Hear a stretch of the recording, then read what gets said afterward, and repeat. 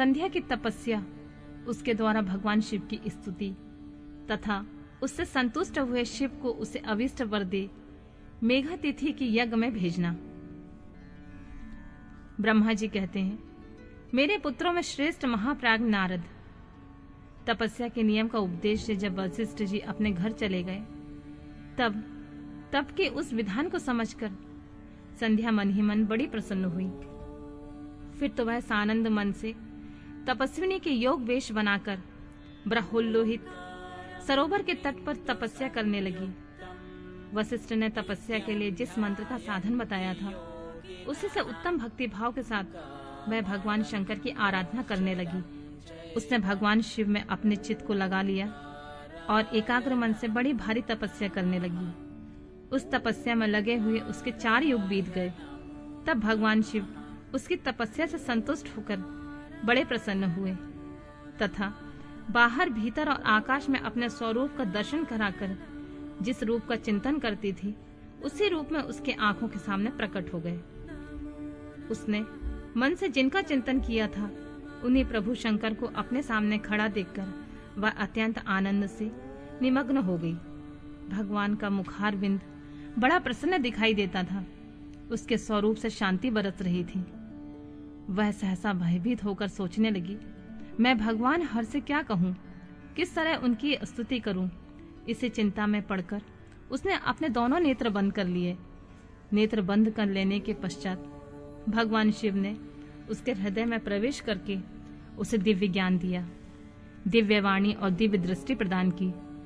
जब उसे दिव्य ज्ञान, दिव्य दृष्टि और दिव्य वाणी प्राप्त हो गई, तब वह कठिनाइयों से ज्ञात होने वाले जगदीश्वर शिव को प्रत्यक्ष देखकर उनकी स्तुति करने लगी और बोली, जो निराकार और परम ज्ञान गम्य है, जो न स्थूल है, न सूक्ष्म है और न उच्च ही है, तथा जिनके स्वरूप का योगी जन अपने हृदय के भीतर चिंतन करते हैं, उन्हीं लोकस्त्रा आप भगवान शिव को नमस्कार है।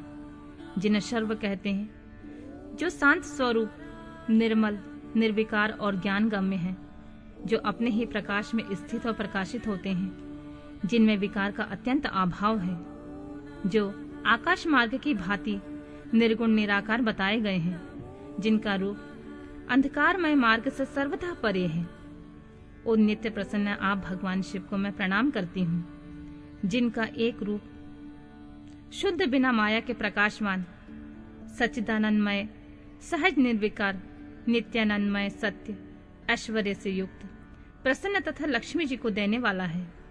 उन आप भगवान शिव को नमस्कार है, जिनके स्वरूप के ज्ञान रूप से ही उपभावना की जाती है, जो इस जगत में सर्वथा भिन्न है एवं सत प्रधान, ध्यान के योग, आत्मस्वरूप सारभूत, सबको पार लगाने वाला तथा पवित्र वस्तुओं में भी परम पवित्र है। उन आप महेश्वर को मेरा नमस्कार, जो आपका स्वरूप शुद्ध, मनोहर, रत्नमय, आभूषणों से विभूषित तथा स्वच्छ कपूर के समान गौर्ण वर्ण है, जिसने अपने हाथों में वर, अभय, शूल तथा मुंड धारण कर रखा है। उस दिव्य चिन्मय सगुण आकार विग्रह से सुशोभित आप योगा युक्त भगवान शिव को नमस्कार है। आकाश, पृथ्वी, दिशाएं, जल, तेज तथा काल, ये जिनके रूप हैं, उन आप परमेश्वर को नमस्कार। प्रधान और पुरुष जिनके शरीर से प्रकट हुए हैं, अर्थात वे दोनों जिनके शरीर हैं, इसलिए जिनका यथार्थ रूप अव्यक्त है, उन भगवान शंकर को बारंबार नमस्कार, जो ब्रह्मा होकर जगत की सृष्टि करते हैं, जो विष्णु होकर संसार का पालन करते हैं तथा जो रुद्र होकर अंत में सृष्टि का संहार करते हैं। उन्हें आप भगवान सदाशिव को बारंबार नमस्कार, जो कारण के भी कारण है, दिव्य अमृत रूप ज्ञान तथा अणिमा एवं ऐश्वर्य प्रदान करने वाले हैं, उन समस्त लोकांतरों को वैभव देने वाले हैं, स्वयं प्रकाश रूप हैं और प्रकृति से परे हैं। उन परमेश्वर शिव को नमस्कार, नमस्कार।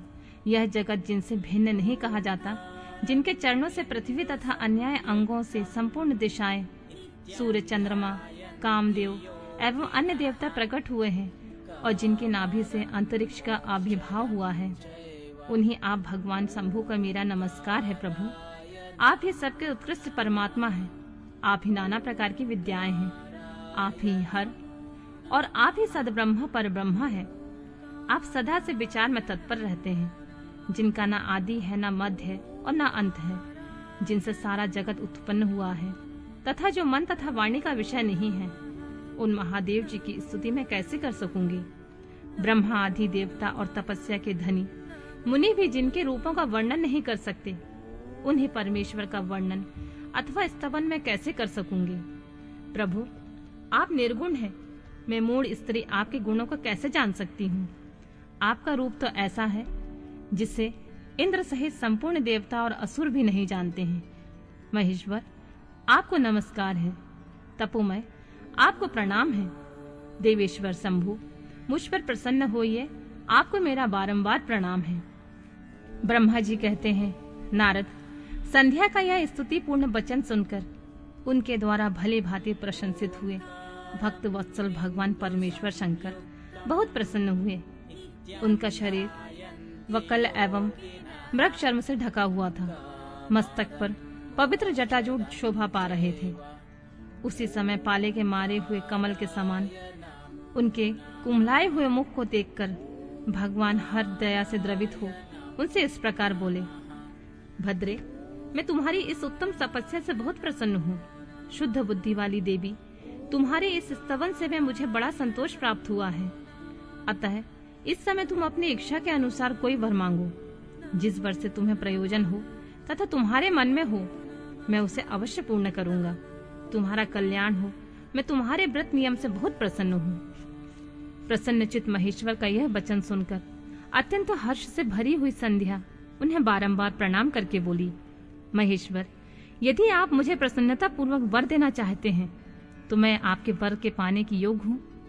यदि पाप से शुद्ध हो गई हूँ तथा देव इस प्रकार इसी समय मेरी तपस्या से प्रसन्न है तो मेरा मांगा हुआ यह पहला वर सफल करो। देवेश्वर, इस आकाश में पृथ्वी आदि किसी भी स्थान में जो प्राणी हैं, वे सब के सब जन्म लेते ही काम भाव से युक्त ना हो जाएं। नाथ, मेरी सकाम दृष्टि कहीं ना पड़े। जो मेरे पति हों वे भी मेरे अत्यंत सुहृदय हों। पति के अतिरिक्त जो भी पुरुष मुझे सकाम भाव से देखे, उसके पुरुषत्व का नाश हो जाए, वह तत्काल नपुंसक हो जाए।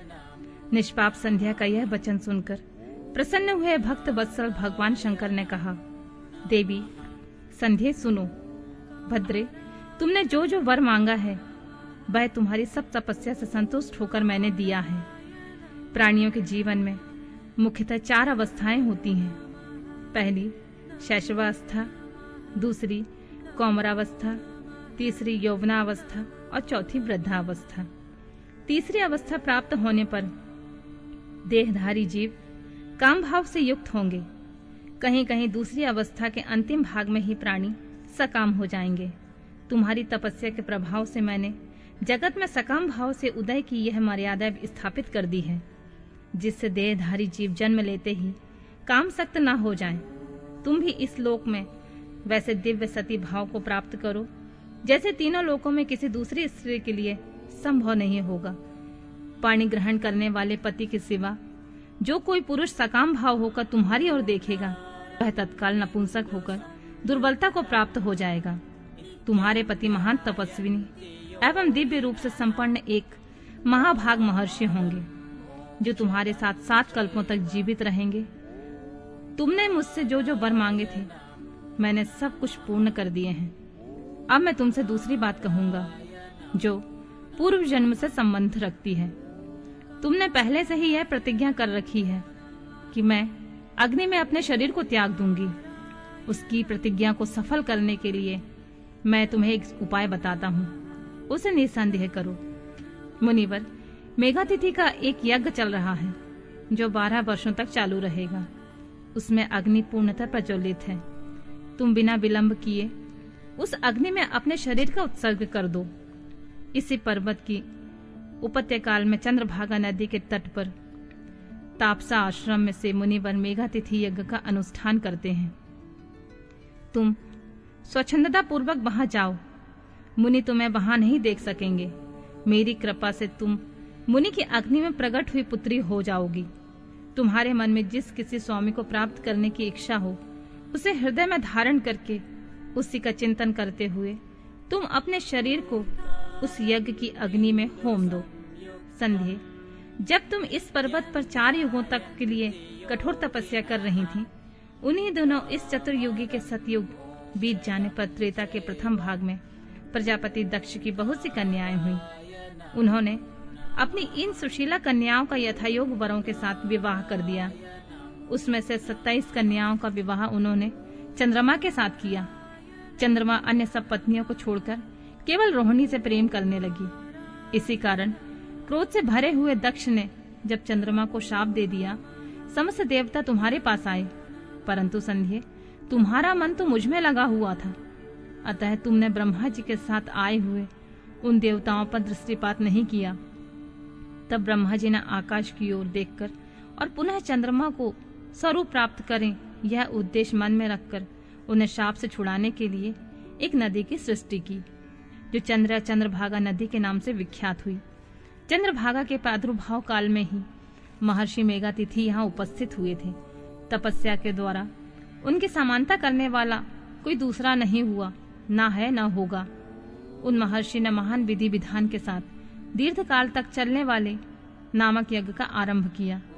उसमें अग्निदेव पूर्ण रूप से प्रज्वलित हो रहे थे। उसी आग में तुम अपने शरीर को डाल दो और परम पवित्र हो जाओ। ऐसा करने से उस समय तुम्हारी वह प्रतिज्ञा पूर्ण हो जाएगी। इसी प्रकार संध्या को उसके हित का उपदेश देकर देवेश्वर भगवान शिव वहां से अंतर्ध्यान हो गए।